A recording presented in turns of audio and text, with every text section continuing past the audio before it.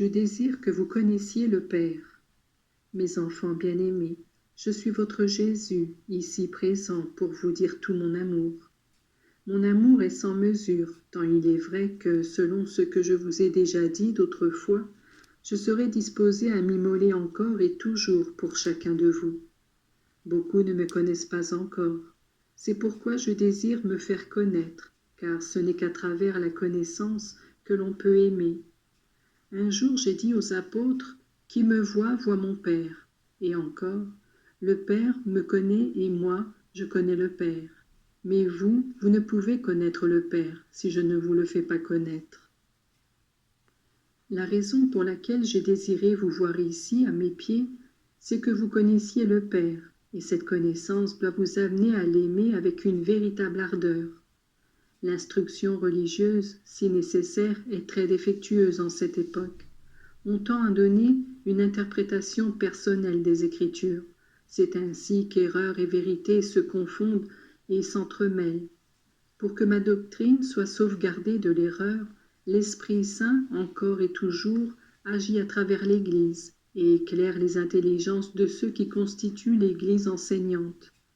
Il faut donc obéir au pape, il faut la prière assidue et humble pour que la lumière fasse son chemin.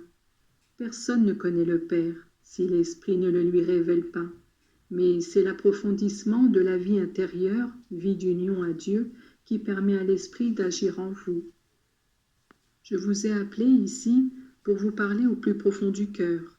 La détente et l'amusement que beaucoup choisissent comme style de vie ne donnent pas la joie. Moi, je promets de vous donner la joie, car communiquer avec Dieu, c'est communiquer avec le bonheur par excellence. Et moi, je vous parle, même si vous ne percevez pas le son de ma voix.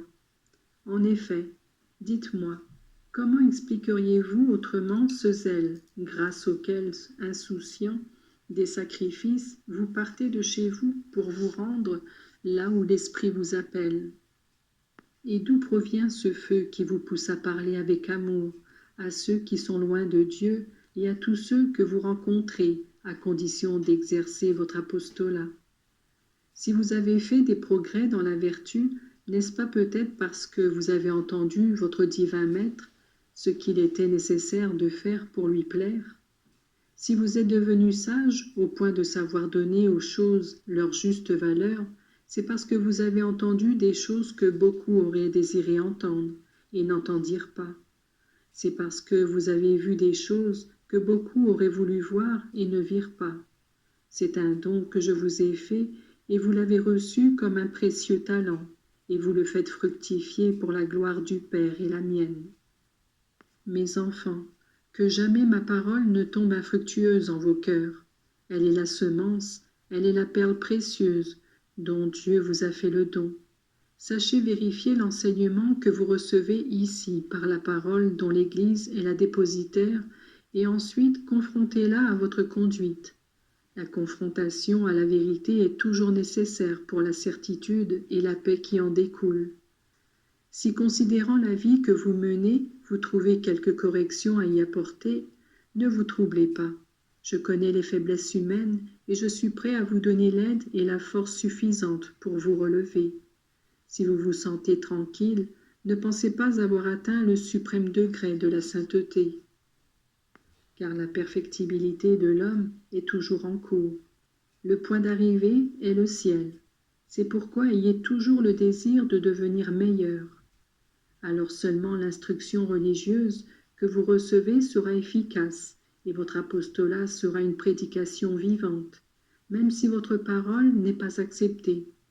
Je vous ferai de plus en plus et de mieux en mieux connaître les vérités éternelles, et vous continuerez à en jouir, comme ces enfants affectionnés qui aiment entendre de la bouche de leurs parents les récits de ce qui remplit leur vie. Je vous aime et je vous attends dans vos églises, avec un nombre toujours plus grand d'âmes, tous unis en compagnie de Marie, dans la prière et l'adoration. J'en appellerai beaucoup à vous imiter, je me révélerai à vos intelligences, et je donnerai force à vos volontés.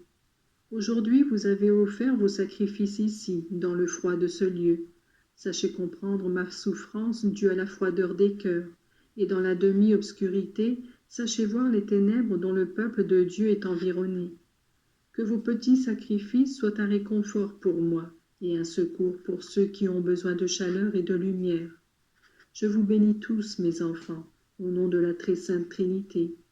Que vous bénisse Marie Immaculée, à tous en même temps que mon étreinte. Je donne encouragement et confiance.